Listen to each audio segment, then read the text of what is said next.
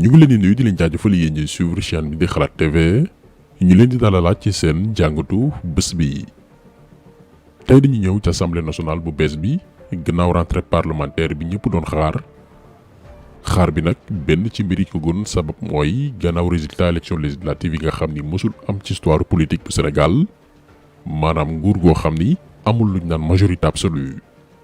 nguur goo xam ni wóoru ko woon sax ba xam président assemblée nationale ci moom lay bàyyi ko donc lii moo newoon dëggantaan enjeu yi ñu naroon dund lu mësul am ci Sénégal muy président bu dul buum di buumi ca pencum ndaw réew ma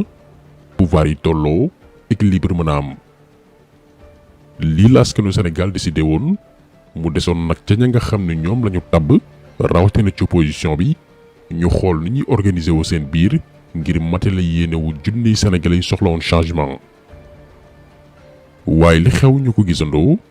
président assemblée nationale tàbbi na ci loxoy waa Benno Bokk Yaakaar pàcc bi daañ ci taxaw surtout président bu yees bi muy Amadou Mame Diop mooy kan. taxaw aussi ci opposition bi. benn ci seeni candidat yu wuute ñaar ci ñun jàngat bi ñu am par rapport ak ñàkk duggu ñenn ci ñoom ndax wax ni Sénégal moo la ñor yomb na lool ciy kàddu waaye bu ñu demee nag ba yóotu ndombal tànk jot privilège yi taxaw ci la jikko yu bare bari di feeñ lii daañ ci taxaw.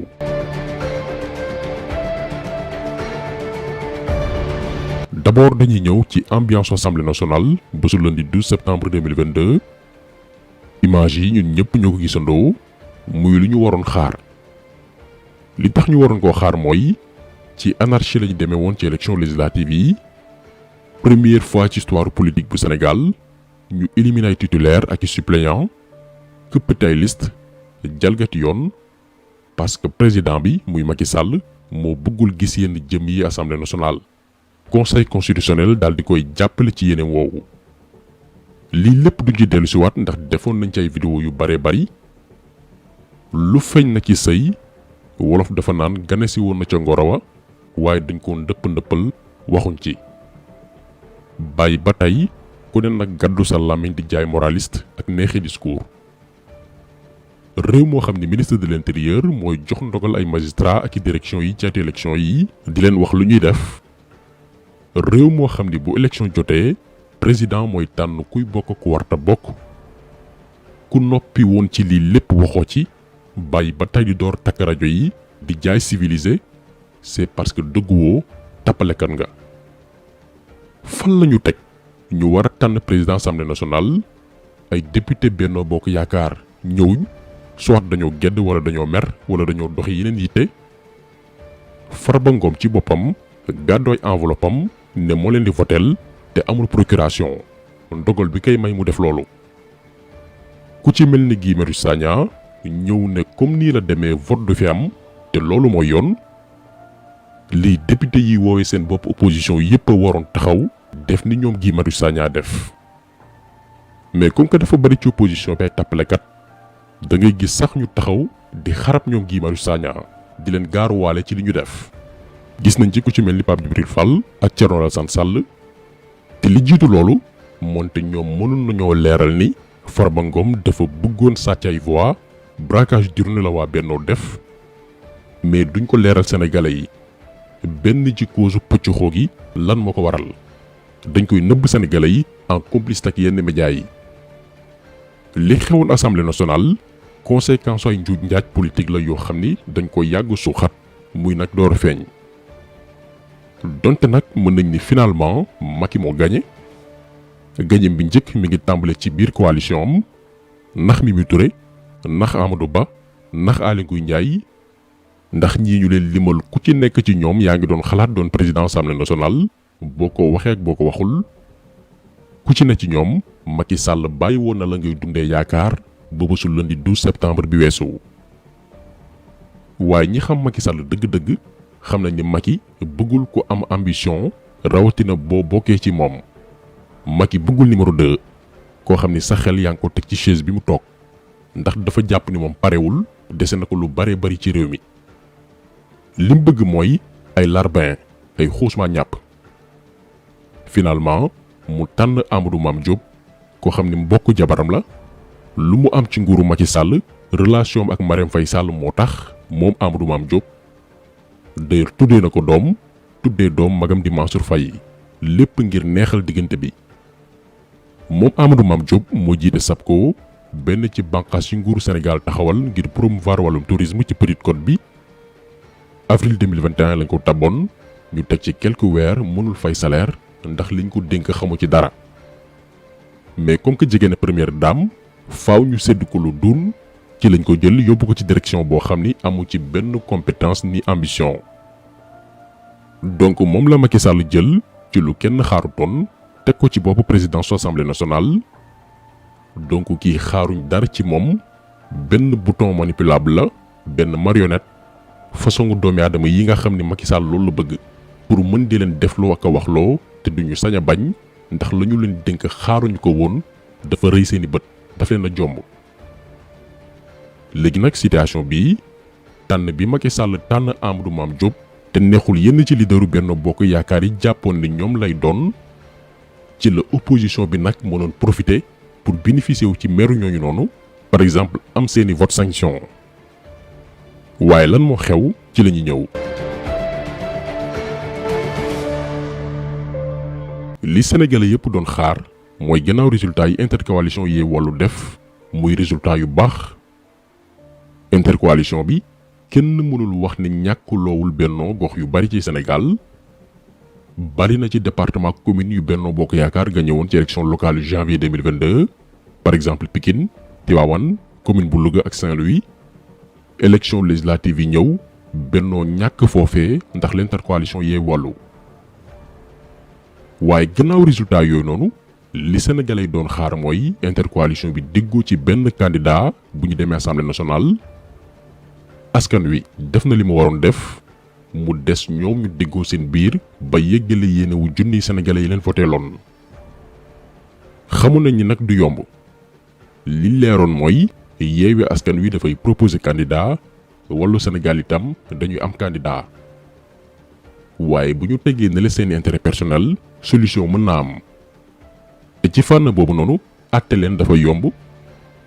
ndax ba ñuy dem élection législative ñaari coalition yi dañ ne pour kenn jiitu ci département sàngam dañuy xool ku ci nekk ñaata nga amoon foofee ci élection locale yu janvier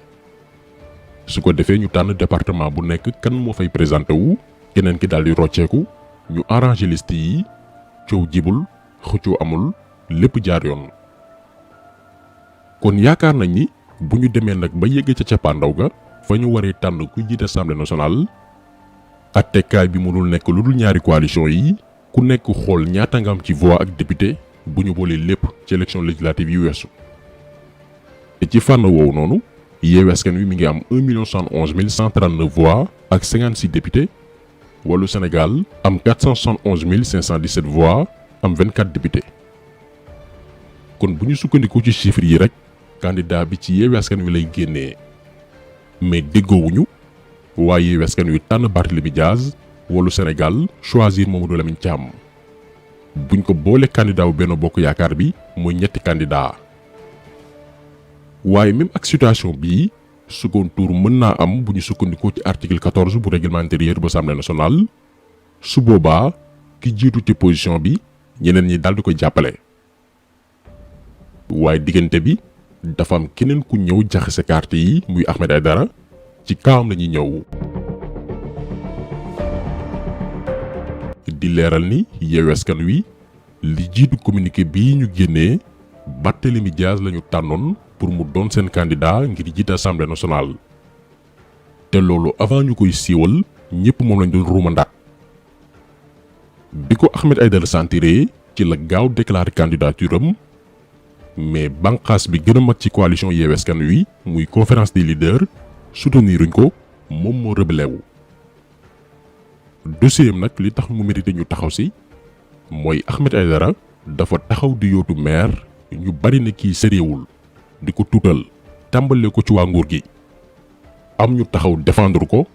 ndax doon maire du mbiru kii nii la mel wala njàngum nasaraanam soriwul local mbiru koñ la ki gën a jege askanam yëg leen souvent moom la askan wi di wóolu ci gàttal mbiru ASC la donc sénégalais yi rendre ko crédible moom Ahmed Aïdara jamono gi ko ñu bari doon kokkali élection législative ñëw gars yi investiraat ko ndax assemblée nationale mbiru teewal sa gox la Yewwi Askan Wi bàyyi na sax yeneen maire ca Géejawaay tànn ko moom te yeneen maire yooyu noonu bu leen neexoon maire wala fippu ñooñu garder seen dignité jàppale ko moom donte musul am expérience jëm ci wàllum gestion en politique. donc Ahmed Aidara bu du nit ku mat la dafay profiter ci poste maire am ba député gi mu doon ngir jàng ndax ci prouver la toll wane ni man mérité naa lii ngeen ma dénk noppiloo ñi ko doon xarab démb ak barki démb naan ko mënoo moom lii rek doyoon na ko mission tëggatuuma wane ni mën naa waaye ñu li ñu gis mooy koo xam ni doyluwul pouvoir tàmbali naa yóbbu xel mi nguur ak privilège moo ko tax a dugg ci politique koo xam ni tànk mi ngi neex ci côtéem lépp gongo waaye buñ ko séddul mu xëpp ci ndab li suuf te du ci am benn kersa mbaaru sukaay yi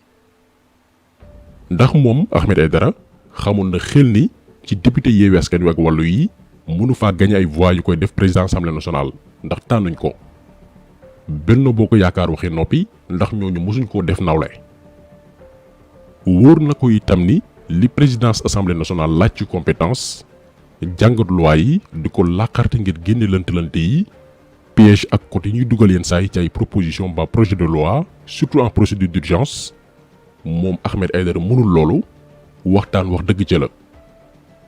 donc li ko taxoon jóg mooy saboter Ahmed Aidara sabotage la jublu woon ci candidature am